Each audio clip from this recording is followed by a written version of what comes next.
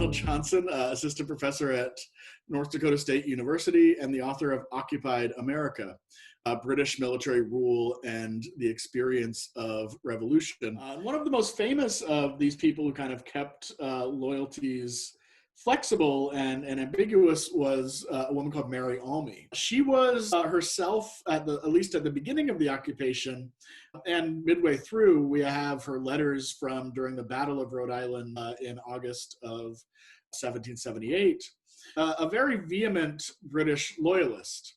She had stayed in Newport running her boarding house while her husband volunteered for the Continental Army and served in the Artillery Corps. And actually, during the Battle of Rhode Island, her husband, Benjamin Almy, was a captain in the artillery that was bombarding Newport.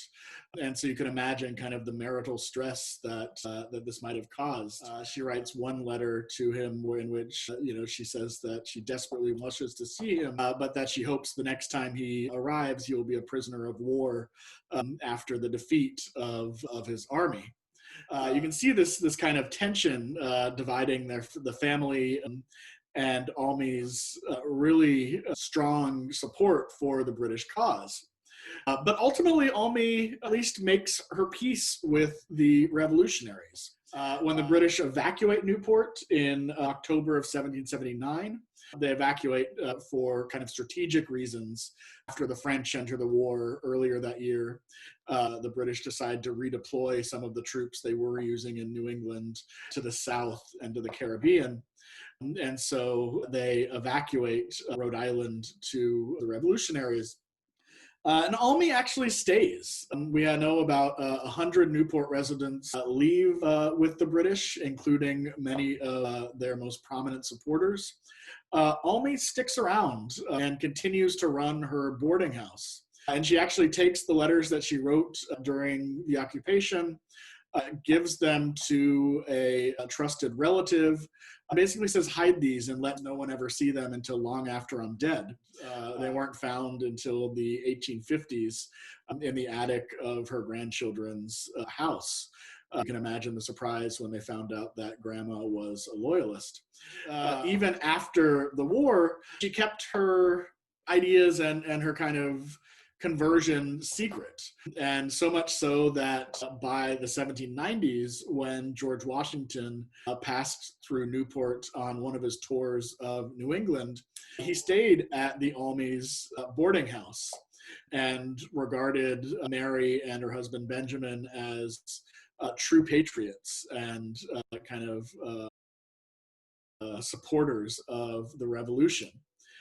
And this idea of kind of being classified as a revolutionary on one side and a loyalist on the other was pretty common. So we have in Newport a list of loyalists and patriots compiled by the Reverend Ezra Stiles.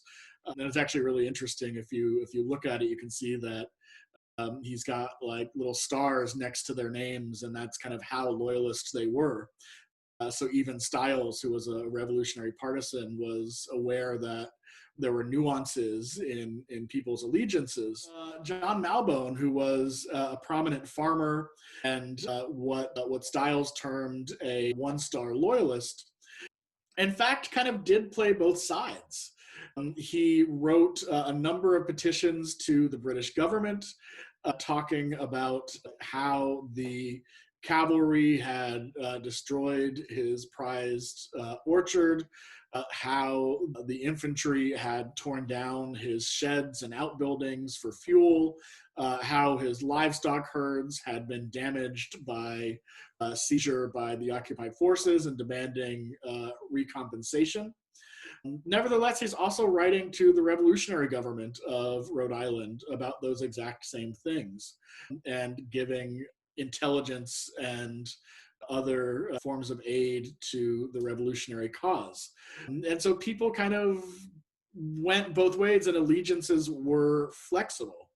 And ultimately, what this book does in terms of not only Newport, but the rest of occupied America, the other 5 cities it covers, is it tells stories like those. It tells about the nuances of war, the shifting allegiances, the everyday experiences, of people on the ground. How stories of people like that, who we don't often think of in our larger conceptions of the revolution, actually not only had a very visceral and traumatic experience of it, but shaped its course through their abandonment of